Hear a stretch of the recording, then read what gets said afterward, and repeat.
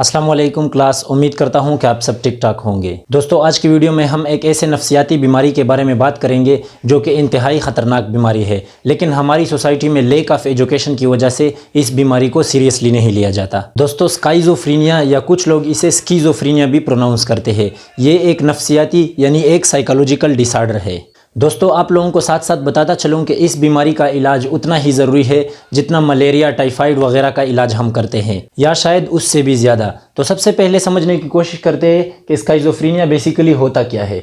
यानी mental disorder in which people interpret reality abnormally. यानी ये एक मेंटल डिसऑर्डर है जिसमें लोग हकीकत को यानी रियलिटी को एबनॉर्मली इंटरप्रेट करते हैं। यानी आसान अल्फाज में अगर हम इस बीमारी को यानी स्काइज़ोफ्रीनिया को समझने की कोशिश करें तो इस बीमारी में पेशेंट जो है वो अपने दिमाग में अपनी ही दुनिया बना लेता है, जिसका हकीकी दुनिया से, रियल लाइफ से कोई लेना देना नहीं होता। इसको हम स्काइज़ोफ्रीनिया बोलते हैं। अच्छा दोस्तों, तो स्काइज़ोफ्रीनिया के सिम्टम्स के बारे में अगर हम बात करें तो इसके 3 इंपॉर्टेंट सिम्टम्स है: हेलोजिनेशंस, डिल्यूशंस और कैटाटोनिया। ये 3 इसके इंपॉर्टेंट सिम्टम्स है। तो सबसे पहले हम बात करते हैं कि हेलोसिनेशंस क्या होते हैं। Apparent perception of something not present. यानी इसका क्या मतलब हुआ? इसका मतलब यह है कि पेशेंट को इसमें बहुत सारे ऐसे फीलिंग्स आते हैं जिसमें पेशेंट को लगता है कि मेरे साथ बहुत कुछ हो रहा है। उसे लगता है कि मेरे साथ हकीकत में बहुत कुछ हो रहा है, लेकिन असल में यानी रियलिटी में, हकीकत में उसके साथ कुछ भी नहीं हो रहा होता। ये उसकी अपनी हेलोसिनेशंस होती है। तो हेलोसिनेशंस के हमारे पास 2 टाइप्स है, ऑडिटरी हेलोसिनेशंस और विजुअल हेलोसिनेशंस। ऑडिटरी हेलोसिनेशंस का क्या मतलब है? ऑडिटरी हेलोसिनेशंस का मतलब ये है कि पेशेंट को इसमें अजीब अजीब सी आवाज़ें सुनाई देती है।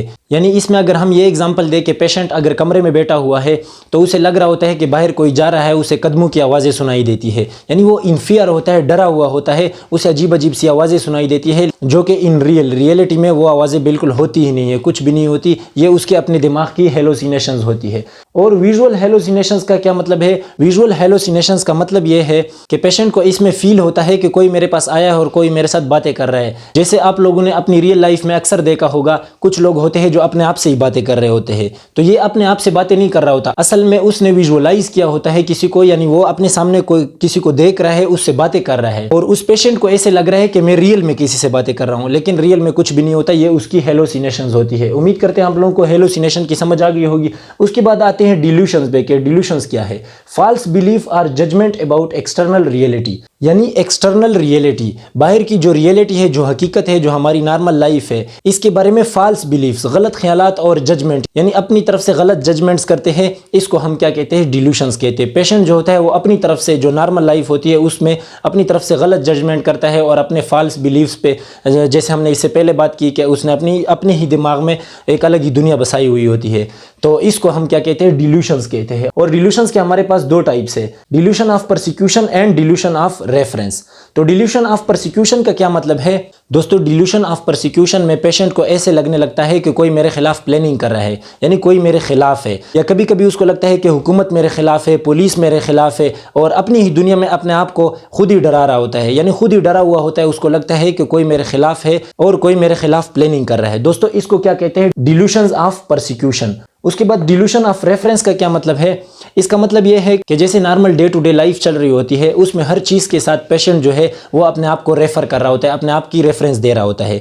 जैसे अगर हम इसकी एग्जांपल दें, जैसे हम घर से निकलते हैं तो फॉर एग्जांपल 2 लोग आपस में बातें कर रहे हैं, तो पेशेंट जब उसे देखता है, यानी स्काइज़ोफ्रीनिया का जो पेशेंट है, जब वो उसे देखता है, उन 2 लोगों को बातें करते हुए देखता है, तो उसे लग रहा होता है कि ये दोनों मेरे खिलाफ प्लानिंग कर रहे हैं, यानी ये दोनों जो भी बातें कर रहे हैं ये मेरे खिलाफ कर रहे हैं, अपना रेफरेंस दे रहा होता है। या और उसके आसपास जो भी हो रहा होता है उसे लग रहा होता है कि ये सारी चीजें मेरे खिलाफ हो रही है, यानी अपने आप को डरा रहा होता है। इसको क्या कहते हैं? डिल्यूशंस ऑफ रेफरेंस। उसके बाद हम आते हैं कैटाटोनिया पे कि कैटाटोनिया क्या है। दोस्तों, ये एक कंडीशन है जिसमें यानी person stop speaking and body may be fixed in a single position for a very long time. दोस्तों, कैटाटोनिया में होता यह है कि जो पेशेंट होता है वो कभी कभी ऐसे होता है कि कंप्लीटली बातें करना छोड़ देता है, चुप हो जाता है, और कभी कभी ऐसे होता है कि बिल्कुल कम बातें करता है और एक ही फिक्स्ड पोजीशन में बैठा होता है।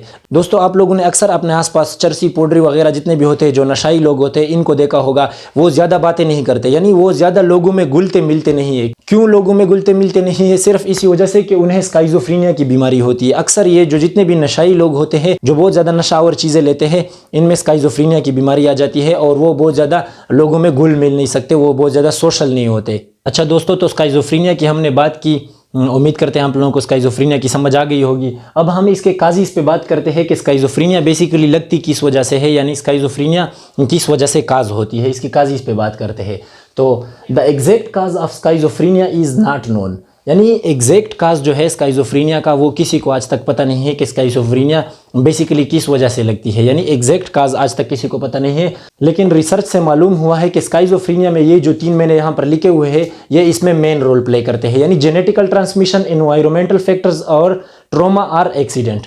तो सबसे पहले हम जेनेटिकल ट्रांसमिशन पे बात करते हैं कि जेनेटिकल ट्रांसमिशन हमारे पास क्या होता है। यानी स्काइज़ोफ्रेनिया का एक मेन काज ये भी हो सकता है कि पेरेंट्स से ऑफस्प्रिंग में स्काइज़ोफ्रेनिया जो है वो ट्रांसमिट होती है। तो दोस्तों इसमें ऐसा है कि अगर दोनों में यानी माँ और बाप दोनों में स्काइज़ोफ्रेनिया है तो 40% चांसेस है कि आने वाले बच्चे में भी स्काइज़ोफ्रेनिया होगा। और अगर पेरेंट्स में किसी एक में स्काइज़ोफ्रेनिया है, या माँ में स्काइज़ोफ्रेनिया है या बाप में है, तो उसमें 12% चांसेस है कि आने वाले बच्चे में भी स्काइज़ोफ्रेनिया होगा। उसके बाद हम बात करते हैं इन्वायरमेंटल फैक्टर्स पे। दोस्तों इन्वायरमेंटल फैक्टर्स की वजह से भी बहुत ज़्यादा स्काइज़ोफ्रेनिया जो है वो काज होती है। जैसे हम अगर देखें तो हमारी जो सोसाइटी है वो नशाइयों, चरसियों और पाउडरियों से भरी पड़ी है। तो इसका जो मेन काज है वो है मैरिजुआना। दोस्तों मैरिजुआना जो है ये चर्स को कहते हैं, या नशे के और बहुत सारे अकसाम है जैसे पाउडर वगैरह, तो ये हमारी सोसाइटी में बहुत ज़्यादा पाए जाते हैं। तो जितने भी यंग जनरेशन के लोग होते हैं वो इसका शिकार हो जाते हैं, यानी इन्वायरमेंटल फैक्टर जो है इसकी वजह से भी बहुत ज़्यादा स्काइज़ोफ्रेनिया काज होती है। उसके बाद ट्रॉमा और एक्सीडेंट। ट्रॉमा किसको कहते हैं दोस्तों? सदमे को कहते हैं, और एक्सीडेंट जो है वो हादसे को कहते हैं। यानी खुदा ना ख्वास्ता अगर हमें कोई बहुत ही बड़ा सदमा पहुंचता है या हम कोई बहुत ही बड़ा एक्सीडेंट करते हैं तो उसकी वजह से भी स्काइज़ोफ्रेनिया जो है वो काज हो सकता है। उसके बाद हम स्काइज़ोफ्रेनिया के ट्रीटमेंट के बारे में बात करते हैं कि इसका इलाज क्या है, इसका ट्रीटमेंट क्या है। तो नो स्पेसिफिक ट्रीटमेंट।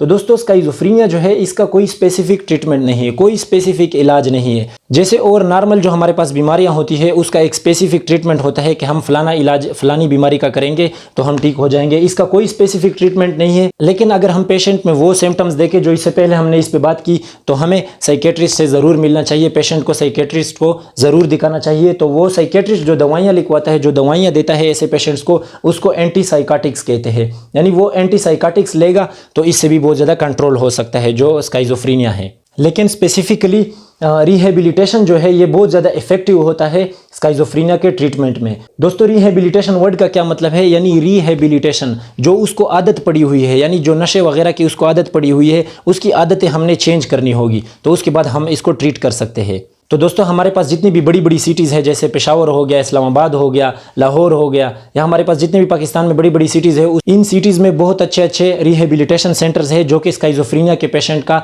एक इफेक्टिव इलाज करते हैं, एक ट्रीटमेंट करते हैं। इन रिहेबिलिटेशन सेंटर्स में इनको बहुत अच्छी तरह से वर्कआउट कराते हैं, इनकी मोटिवेशनल क्लासेस लगती है इसमें, यानी इनको मोटिवेट करते हैं, और इनकी जो आदत होती है, ये जो नशे वगैरह की इनकी जो आदत होती है, इसको रिहेबिलिटेट करने के लिए इनकी बहुत ज़्यादा हेल्प आउट करते हैं। और तकरीबन 2 से 3 महीनों में इनकी जो आदत होती है, यानी ये जो नशे की इनकी जो आदत होती है, ये जो स्काइज़ोफ्रेनिया की बीमारी होती है, ये बहुत हद तक कम हो जाती है।